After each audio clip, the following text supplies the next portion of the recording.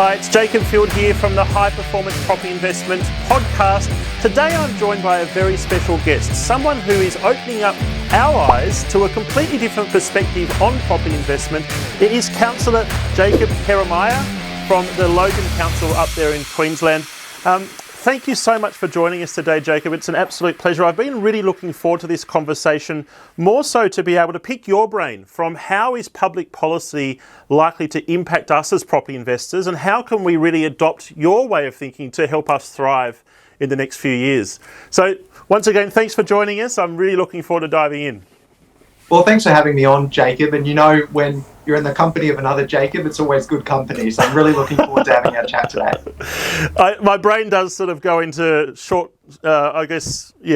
floor mode where I do, I do feel like I'm having a short circuit sometimes when I do talk to another Jacob. We don't get to come across many. So, look, Jacob, you are the youngest councillor that has ever been elected in the city of Logan. For those of you that don't know, it's around 20 minutes south of Brisbane proper, but I guess it would be a local council that is considered part of the wider Brisbane area. And I call it part of the Golden Triangle, you know, so it's in between Ipswich, Brisbane and the Gold Coast. There's a lot of population, a lot of state and local government infrastructure and investment being made in that area. And that's been the case for, quite a few years, Jacob. What is your background that led you to be the youngest councillor in Logan, and why council in the first place? Oh, it's been quite a journey, Jacob. When I first announced that I was going to run for council, I was 19 years old. I decided to fully self-fund my election campaign. And like a lot of Australians, after high school, I didn't go on to study full-time at university. I started working full-time straight out of high school, and using those savings that I built up that my parents said I should buy my first house with, I decided to take a risk and fund my own election campaign to run for the local council. Wow. And fortunately, after a lot of door knocking and a lot of hard work, people in my area decided to put their trust in me and give me a go. So that's why I ran for council and how I got here. And that was in 2020. So it's a few years ago now. But I'm just so grateful that people in Logan decided to give me a shot. And I think that's a big part of what our city is about, giving people a shot and a city of real opportunity.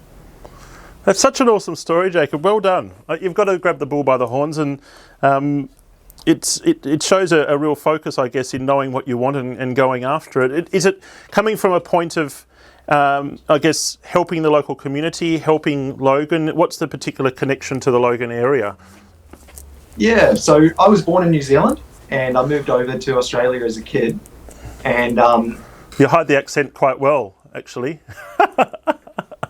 I'm from Tasmania, and sometimes I feel like I'm, quite similar to New Zealand.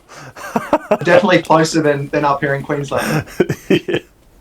But I really had a calling to do something for my community. When I ran for council, I was running in a seat in a division, an electorate that had parts of different electorates, but it was one of the safest Labor Party areas in the whole state. And I really wanted to put my hand up as an independent who's completely self-funded and represent the community. So it was a big step for a 19-year-old, and I was campaigning from 19 up until I was 20, and then the election happened and I got voted in. But I had a real calling to try to represent the city and try to represent some of the younger voices in the city too. Well, look, it's thank you for going into a little bit of background, and I probably will just flag it now in terms of, this is a conversation about property investment, right? This is our audience are property investors, and I generally don't pull any punches. I like to get to the real heart of what property investors need to understand or hear, and what my experience as a property investor can really help and guide other people that might be a similar age to yourself, Jacob, in terms of younger. I bought my first investment property when I was 21, and my father was on the sole parent pension at the time, and that for me was an opportunity to break, the cycle of where I would come from. But it's a bit of a minefield out there in terms of information and people asking questions just to be polite or not really focusing on the real issues. And I think this is a unique opportunity to talk about property investment in an area, is it seen as a positive thing by a local council? Are property investors someone that they want to attract to council, and or is property investment not looked as favourably as maybe owner-occupiers or bringing families into the area that are owning those properties? So as a councillor in the area, and you're privy to a lot of private conversations, I guess, at this level, would you say that property investment is a thing that is encouraged by councils, particularly in Logan? Well, Jacob, what I know and what I was taught by my parents is that you can really only control your own actions in this life. And speaking on my own behalf, not on behalf of council, but just on my own behalf, what I've found is that our community is not anti-investment. What we're pro is a diversity. So we want a mix. We want a mix of owner-occupiers. We want a mix of renters. We want a different mix, because to have that strong local economy, you want to have a diversified range of different housing products. So if you come over to Logan Reserve and Parkridge, you'll see that we have different new housing products on offer, from duplexes to townhouses to 250 square metre freehold lots, all the way up to 800, 900 square metres. And that's about having a diverse product offering, so different types of people can get involved in our area. It's from a property investment hat or a property researcher hat as well. Like when you have clustering, when you have lazy developers or even lazy councils or lazy zoning, tick and flick, let's just sign off on these 120 dwellings and they're all the same, right? That creates massive issues for investors to begin with, because in a broader sense you have a lot of marketing spruikers, for lack of a better word, selling these off-the-plan houses, and they are all the same. When they're all completed, there's a lot of vacancy issues. When they all come up for lease renewal or when the rental guarantees expire, there's a lot of empty properties, and that's not good for anyone. You might have prices stagnating there for 3, 4, 5 years in that cluster, because there is just so much supply that's released. So it is refreshing to know that there is variety, or that in itself, having that focus on diversity really does provide a strong, solid, backbone, I guess, to supply that demand. But one thing that I've always tried to put my finger on, Jacob, is, and the term I've used for it in the past is the entrepreneurialism of council. It's something that you've got such a beautiful duty and ability to really shape a community, and I'm doing a lot of talking at the moment. I really don't intend to do that, but there was a point that I wanted to make around property investors.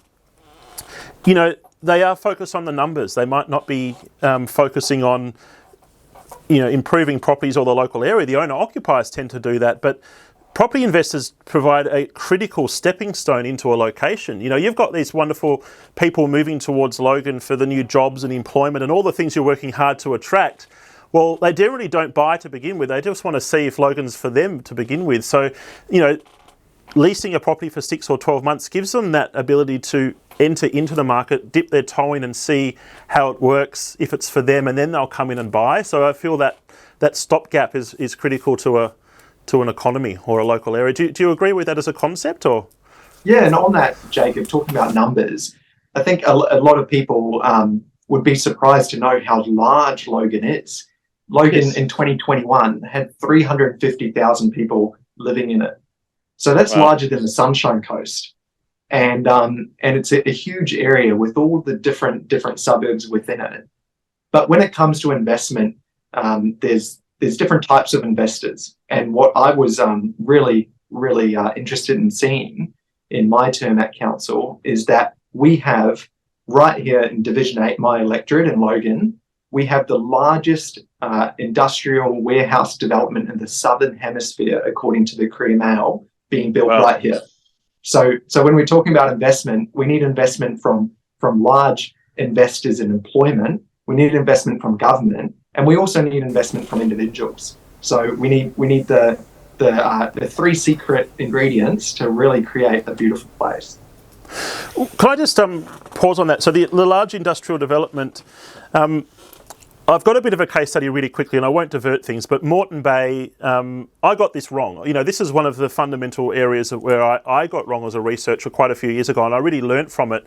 But it was actually, it's a funny story. You know how you go to Google Maps and you see things from a bird's eye perspective? They'd actually ploughed into the earth. They'd cut a hole in the earth, like it was all green grassland, farmland up in Moreton Bay, and they'd ploughed into the earth in dirt business park, and it was there for like 4 years while they were building this thing, so you could see it from Google Earth. You could see business park. It was in this huge lettering on that's probably still there. There's a lot of investment to be made there, but in Moreton Bay, what ruined it from an investment perspective was the level of supply coming into the market. For all this money being spent there, which was wonderful, they were matching it by all the rezonings and the tens of thousands of dwellings being built.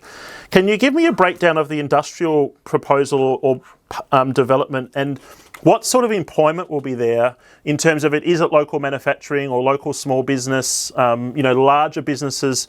And is it dragging employment requirements towards that area, or is it sort of just going to be storage or lower density type employment?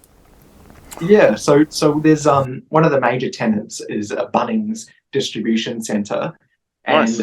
And that's taking up one of the areas there. And I'm sure there'll be other huge tenants moving in. But we're also getting investment from places like the Woolworths group. So we're getting a brand new Woolworths being built in Logan Reserve.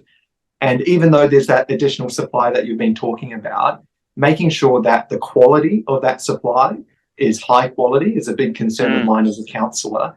I think there's a difference from the community's perspective when it comes to housing developments that all look the same. They're cookie cutter, all repeat, and a really high quality master planned housing estate. So I think housing supply is definitely a big focus of governments that I've experienced, but making sure that the supply we are getting is high quality is definitely something that I'm fighting for in council. And I've just looked at the new census statistics for Park Ridge, and in 2016, I have it right here, 2,500 people lived in Park Ridge. And 5 years later, in 2021, 8,455 people lived in Park Ridge.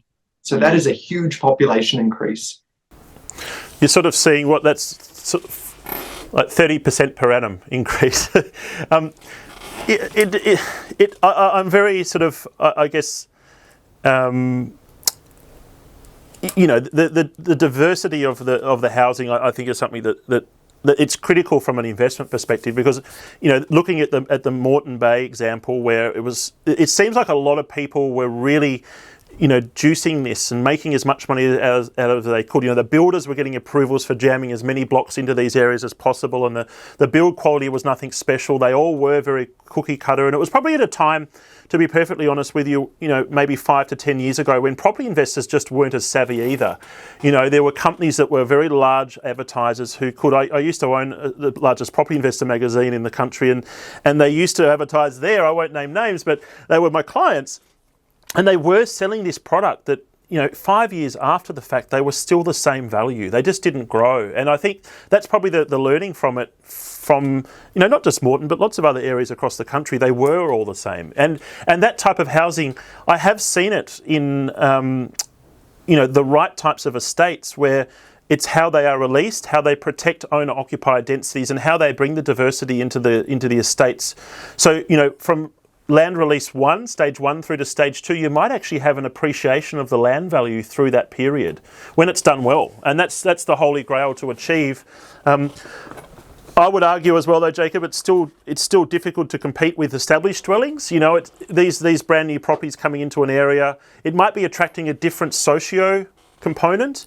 I guess it's probably the first thing when I reached out to my audience, what would you like us to talk about, or any concepts? It's how are we maybe planning for the future around the different social demographics of the area, and there is potentially lower socio demographics that have traditionally called, and we want them to continue to call Logan home into the future. How are we helping support that demographic and integrating them into these new estates, these new parts of properties? Probably to rephrase that, we as investors want to control our variables. Supply is a bit of a big variable we wanted to control, and then also the gentrification of an area gives us the returns. How are we sort of planning for that integration as well, Jacob? Yeah, well, thanks for the question. And I remember when I was first elected, I was talking to an 18, 19-year-old, and he was working at a construction site, a residential construction site in Logan Reserve. And his job was to put the tiles on the roof of the houses. And we had a chat. His name was Paul. And we talked through a few things. And I said, Paul, where are you based? Where do you live? Are you local? And he said, yeah, I'm 2 streets away. So you have a lot of people in our community that are employed by through construction, and then they're actually renting and going on to buy their first house in right here in the city. And for someone who's in their 20s to buy a house is a big deal. And we're seeing, if you go to Brisbane or different places throughout the country, that a lot of people just don't have those opportunities to buy a house. In Logan, first home buyers still do have that opportunity if they work hard, and of course luck's involved in everything in life. And I think making sure that we keep that, where we have a mix of different renters, we have owner occupiers, we have a strong local community, then people want to be a part of the community. They want to go and socialise at the dog park on the weekend and in the afternoon. And then once you get that integration, once you get neighbours talking to each other, once you get that community spirit going, then you really get a connected community that even more people want to move into. And the area that I represent, it was once a rural area, and it's urbanising, and it's urbanising quick. But something that's good is that we're keeping that regional community spirit together in an urbanised environment, and that's really special. And that's something that, as a councillor, I really try to let everyone know about, because it's quite unique to have it, and it's something that's really special. I love your attitude, and it does sound like you are very connected to the constituency as well, Jacob. It's really awesome. But just going back a level, like there are components of Logan which are very established. You know, that they are old school, and they were built, you know, back in a time where probably, you know, councillors like yourself didn't pay as much attention to social dynamics. It was just, let's just shove a lot of people here as cheaply and as easily as possible, and then we'll let them sort themselves out for themselves. You know, so around the train lines, you know, you've got clusters of extremely high density, you know, really poorly constructed and not really thought out, small units, townhouse type stuff. You know, some suburbs, you know, might be 60-70% high density stuff, but it's you know, it's not built up high rises, it's all spread out. What we're talking about, and you're talking about, and potentially your district, is it's the emergent area. It's, you know, it's almost an entirely different local government area in reality, and I guess that's probably what my point is knowing if we can navigate these waters where we might have these more established socio areas with the things that go along with it, and they might sometimes not be that desirable, and it's improving, as you say, with lots of supply coming in, that sweet spot where we can get the best of both worlds. Like it was probably just more of an observation from my perspective about what I've seen in the past in Logan, because the data, as you say, is outstanding. You know, Logan has for the long term ticked a lot of our boxes from a property investment perspective, but we've just found it, as out-of-towners, difficult to navigate and find those streets and suburb pockets where the I guess the gentrification is focused on. There is a role. There's definitely a role for markets and a role for the government when it comes to revitalising an area. And just from what I've seen from my personal perspective, that council has done is that council's launched a facade improvement program where different local businesses and property owners can go and put an idea forward about redoing the facade of their house, of their business on some of our main thoroughfares, and council will actually support that facade renovation under certain circumstances. And I think programs like that are really important because it's similar to the old broken window theory, and there's been a lot of debate around that theory.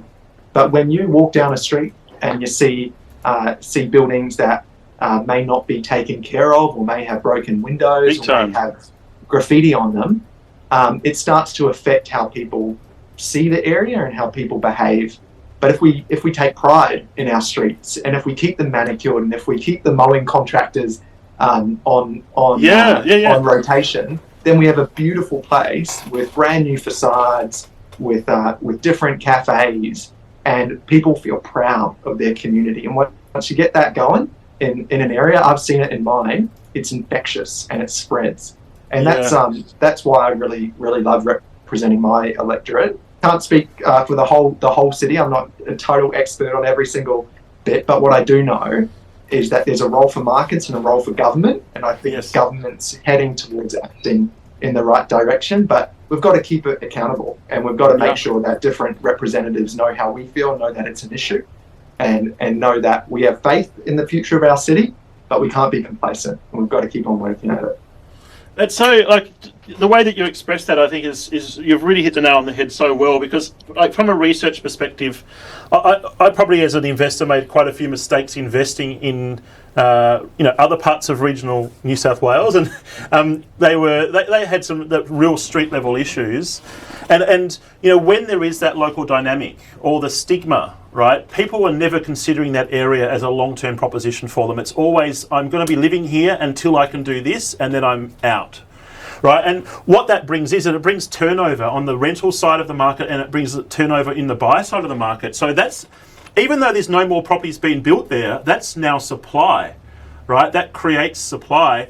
When you have owner occupiers, people taking pride in the street, really that building that community engagement, the tenure time of ownership increases, and then therefore you are decreasing the supply entering your market. So what you're talking about these areas, the community engagement, from an investor's perspective, when we see change, when we see short to long in terms of tenure time, or pride, in terms of the softer metrics that you might measure, that change results in overperformance. And I've sort of seen it firsthand on the when it's worked against us and when it works for you. So it's amazing that you've sort of got that understanding and expressing it, because it's just so important for us as investors, I guess, when we're looking at across the country. And we might be comparing Jacob Logan at the moment with Rockingham in WA, or Parafield in South Australia. We're comparing all these different areas, and to get that sort of understanding from your perspective at a council level, it gives us a lot of comfort. It really does, because, Well, comparing Logan with different areas in WA, I'm pretty sure that Queensland borders won't close anytime soon, so that might be a plus for Logan. But that's credit to you and your team, turning things that are quite intangible when it comes to these different socio-economic parameters, and turning it into something that is tangible. And that's what you and your team do so well. Yeah, well, we've got it, but then I think this type of colour really does add to it. We can see the data, and the data is, it leads us towards areas, but then you need to have when the stars are aligning, when the data is showing us, hang on, something's going on in Logan at the moment, maybe some of these concepts that we've attached to the area in the past need to be revisited, because this data is indicating to us that something is actually changing or going on here. To get that context, to get the reasoning behind it, it gives us the confidence that, yes, hang on, the data is on the money here, because a lot of the time it's not. You need to have the two.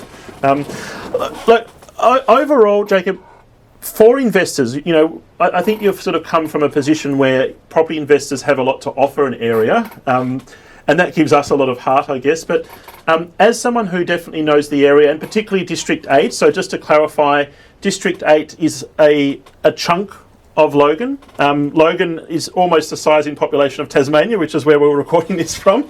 Okay, we've got 550,000 people down here, and it's an entire state. You're over half that in one local government area. You're obviously focused on a very particular patch. But as someone who knows that area better than almost anyone, you've got a broad spectrum of residents, business, investment. Where do you see, what tips do you think have for investors who are looking at Logan, or particularly the District 8 area, but if you can apply it more broadly to the entire local government area, that would be awesome. But what investor tips do you have for someone considering the area? What are the gotchas that they need to look out for, and where's the opportunity? I think there's a lot of opportunity, whether it be in some of our eastern suburbs like Rochdale South, and Daisy Hill, which are established areas, whether it be down in our rural areas around Jimboomba, which is a more regional area, or whether it be in some of our quickly urbanising areas like Logan Reserve, there's opportunity. And what I'd really recommend to everyone is I'm quite grateful to Logan and to our city, because it gave a 20-year-old a shot to give it a go to represent people on council, and they gave me a go. And I just really recommend that anyone who's interested in investing in Logan and moving to Logan, in potentially starting a business or property investment in Logan, to give Logan a go. If you're in Brisbane, it's only a 20-minute drive down. Have a drive through, check it out, because I think you'll be surprised by how great our city is and the amount of opportunity that's available to all different types of demographics out there. Can I just unpack that a little bit, Jacob? So you've mentioned, I've just loaded a map. Sorry, I was a little bit distracted there. So I'm just loading a map up here.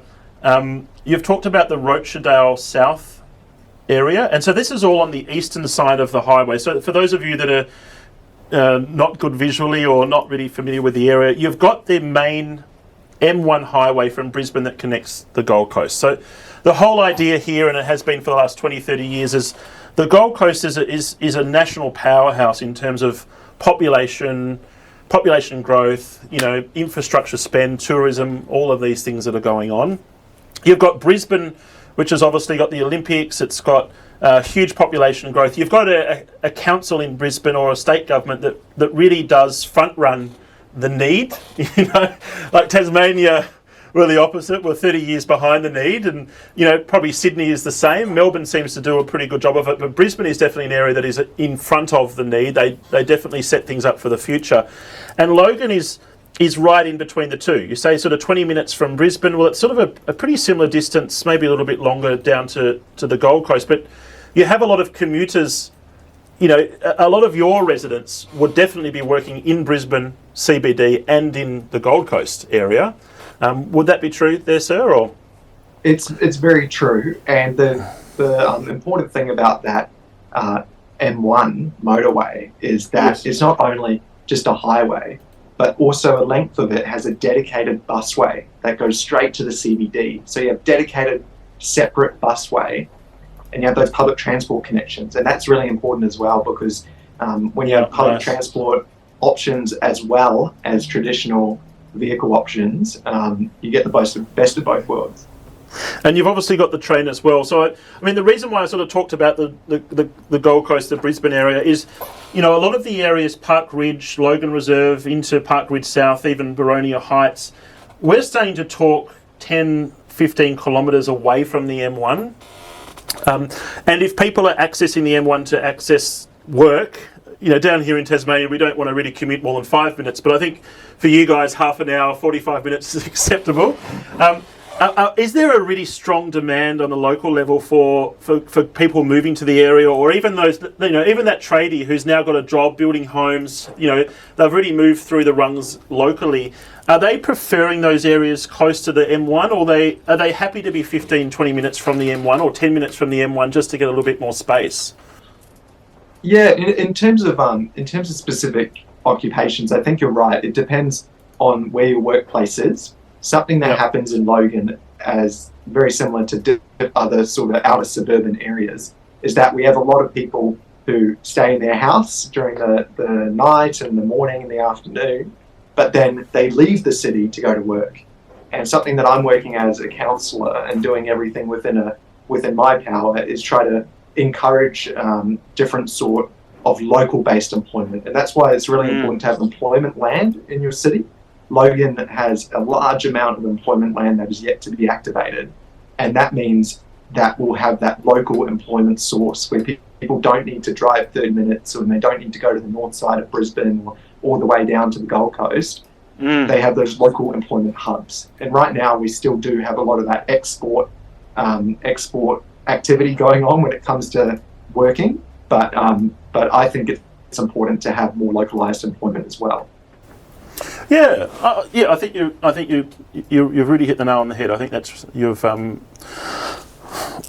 a really good way of thinking, and it also, I'll just keep sort of going back to the property researcher hat, right? So, like what we're looking for is we can sit back and we can throw a dart at a dartboard and we can get average returns. That's great. We can throw a dart at a dartboard and we let the market dictate to us when the capital growth occurs. What we're trying to do is we're trying to find areas that might overperform compared to the greater area, or the growth that occurs there is more likely to occur sooner, right? For those things to occur, you need to have net change. You need to have something that's really shifting. And so that internal or intrinsic employment that you're talking about, it's really important to attract other people to the area that might not really have considered it. Because if you're thinking, well, hang on, people, all this wonderful stuff's happening in Brisbane and the Gold Coast. Well, all of those people can live in Brisbane and the Gold Coast. Suddenly, as a local government area, you're competing with their attention. But if you've got these intrinsic drivers, that's when you really start seeing change of people shifting, not just from Brisbane and the Gold Coast to Logan, but from Sydney, Melbourne. That drawer, that creates that net change that where we see those overperformance in terms of return. So that's really reassuring for me as well. On that, Jacob, when it comes to those drivers, the best thing about especially Logan, in my own personal view, is that you see a lot of these glossy documents, whether they're done up by developers or government, talking about the drivers within an area. Yes. But what I've been taught is that words are one thing and action is another. And what we're seeing, especially in my area of Park Ridge and Logan Reserve, is that we're seeing action. We're seeing major investments when it comes to employment. I printed out a map of my electorate when I was first elected. Yes. And if we look at that map today, it is outdated. There are roads that have been built, there are warehouses that have been built, there are factories that have been built, and that map really needs to be updated. So we're seeing massive investment, we're seeing action, which means a lot more than words, especially when people are making big financial decisions around where they want to base their future. That's really good. Any concepts to leave us with today, Jacob, in terms of signing off, or where do you see Logan, and I guess what do we need to know in terms of heading off into the sunset and investing in Logan? I would definitely recommend that people do some more research with some of the materials that you and your team have. I know that you looked at a property in Crestmead, and I represent a part of the Crestmead suburb. And have a look. Look at the figures. When you're in Brisbane, drive out, have a look around, and I'd really recommend people give our city a chance, because it's given me a chance, and I think people will be delighted with what they see. That's awesome, Jacob. I love your work, and I truly can say I'm extremely sort of comforted by your approach, and I think the level-headedness of it. But more so, and I'm not just saying this is truly, I see what happens in a data perspective, but when we can have this conversation and put context behind what's actually happening, it gives me a lot of confidence, because I've seen the data sort of lead me down paths in the past that we learn from, and so that context and the change. Logan is an up and coming area. It has had elements in the past where there have been social issues. There has been over density or street level factors that haven't worked in our favour as investors, but it's in a very good spot. You've got a lot going on there, and the data, I can say, in recent times has been extremely bullish from our perspectives. A lot of our audience, a lot of our clients typically are based in Sydney and Melbourne, and they might have a busy job. They might not have the time to go up there and drive street to street, and that's where this type of context really does give a lot of confidence, or at least we can support them to give them the confidence not to do that. But there's still no replacement for doing it in some cases. And then knowing that the types of housing coming into the area, it's not going to be cookie cutter. I think that's so important in terms of building that community. It's very good. So, hey, thanks, Jacob, for joining us. It's been really insightful, and I think Logan are lucky to have you. Oh, thank you so much, Jacob. I really appreciate the time.